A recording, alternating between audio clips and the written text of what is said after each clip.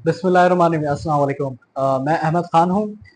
अच्छा, मैंने एक प्रीवियस वीडियो बनाई थी जिसमें मैंने आपको बताया था कि आपका स्टिकर वीज़ा ज़्यादा स्ट्रॉन्ग है आपके पासपोर्ट पे, या फिर अगर आप पेपर वीज़ा लेकर किसी कंट्री में ट्रैवल करते हैं तो। उसकी वीडियो मैंने बनाई थी, वो आप जाकर मेरे चैनल पे चेक कर सकते हैं कि आपके लिए स्टिकर वीज़ा बेहतर है या फिर ई वीज़ा।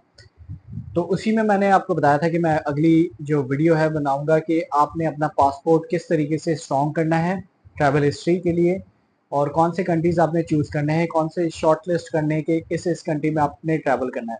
अच्छा, होता ये कि जो हमारे पास क्लाइंट्स आते हैं जिनका पासपोर्ट ब्लैंक होता है, तो हमसे वो एडवाइस लेते हैं कि हम कौन कौन से कंट्रीज अब ट्रैवल करें, या फिर ऐसे पासपोर्ट हमारे पास आते हैं जो नॉर्मली जो है दुबई, सऊदी अरेबिया,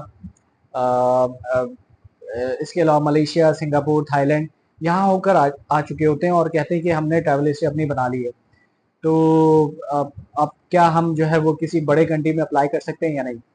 तो होता ये है कि ये जो कंट्रीज है ना, अब एम्बेसी को भी समझ में आ गए हैं कि एक, फॉर एग्जांपल अगर आप मलेशिया का वीज़ा लेते हैं तो एक ही टिकट पर आप 3 से 4 कंट्रीज होकर आ सकते हैं। तो इसमें आपको लगता है कि वो ट्रैवल हिस्ट्री आपकी बन गई है, लेकिन एम्बेसी अभी होशियार हो गई है। उनको पता चल गया है कि पाकिस्तानी जो है वो अपनी ट्रैवल हिस्ट्री बनाने के लिए जो है वो मलेशिया का वीज़ा लेकर, मलेशिया का टिकट लेकर थाईलैंड, सिंगापुर से होते हुए आ जाती है और फिर पासपोर्ट जमा करा देती है।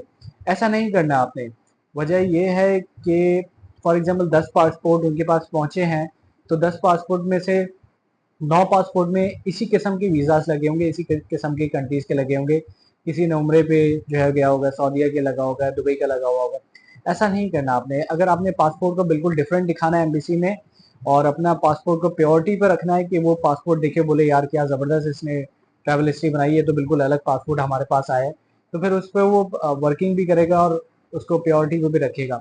अच्छा, इसमें कुछ 8 से 10 कंट्रीज़ ऐसी हैं जिसमें आप ट्रैवल कर सकते हैं और बिल्कुल पासपोर्ट को ना अपना बिल्कुल अलग बना सकते हैं।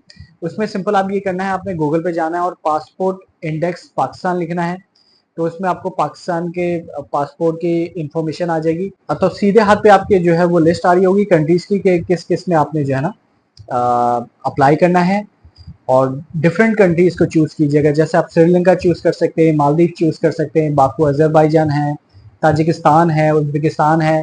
इनके ताजिकिस्तान और उज्बेकिस्तान में जो है वो आपको वीज़ा अप्लाई करना होता है, लेकिन बहुत आसानी से आपको वीज़ा लग जाता है।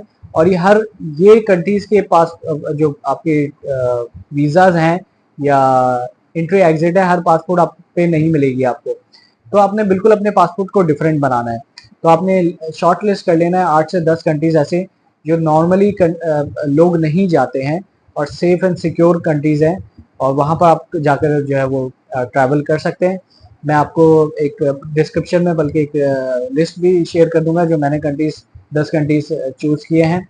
तो उसमें आप ट्रैवल करके जो है वो अपने पासपोर्ट को बिल्कुल से अलग बना सकते हैं। मलेशिया, थाईलैंड, दुबई, सऊदीया ये नॉर्मल है। अगर आपने बड़े कंट्री को टारगेट करना है तो अपने पासपोर्ट को बिल्कुल आपने डिफरेंट करना पड़ेगा, वरना फिर जो है वो आपका पासपोर्ट भी सबकी तरह सेम हो जाएगा, और फिर वीज़ा बड़ा कंट्री जो है कोई नहीं देगा आपको, बड़ी एम्बेसी कोई वीज़ा वहाँ से आपको हासिल नहीं होगा। तो बेहतर ये कि अपने पासपोर्ट को बिल्कुल इससे डिफरेंट करें और नई नई जगह एक्सप्लोर करें, नई नई जगह जाएं, ताकि एम्बेसी को लगे हाँ यार ये जेन्युइन टूरिस्ट है, इसने जो है वो सिर्फ ट्रैवल हिस्ट्री के लिए इस कंट्री में विजिट नहीं किया। तो इस तरीके से आपने फिर शॉर्ट लिस्ट करना है। आई होप आपको इस वीडियो से काफ़ी सीखने को मिला होगा। उम्मीद करता हूँ इंशाल्लाह नेक्स्ट वीडियो में मुलाकात होगी।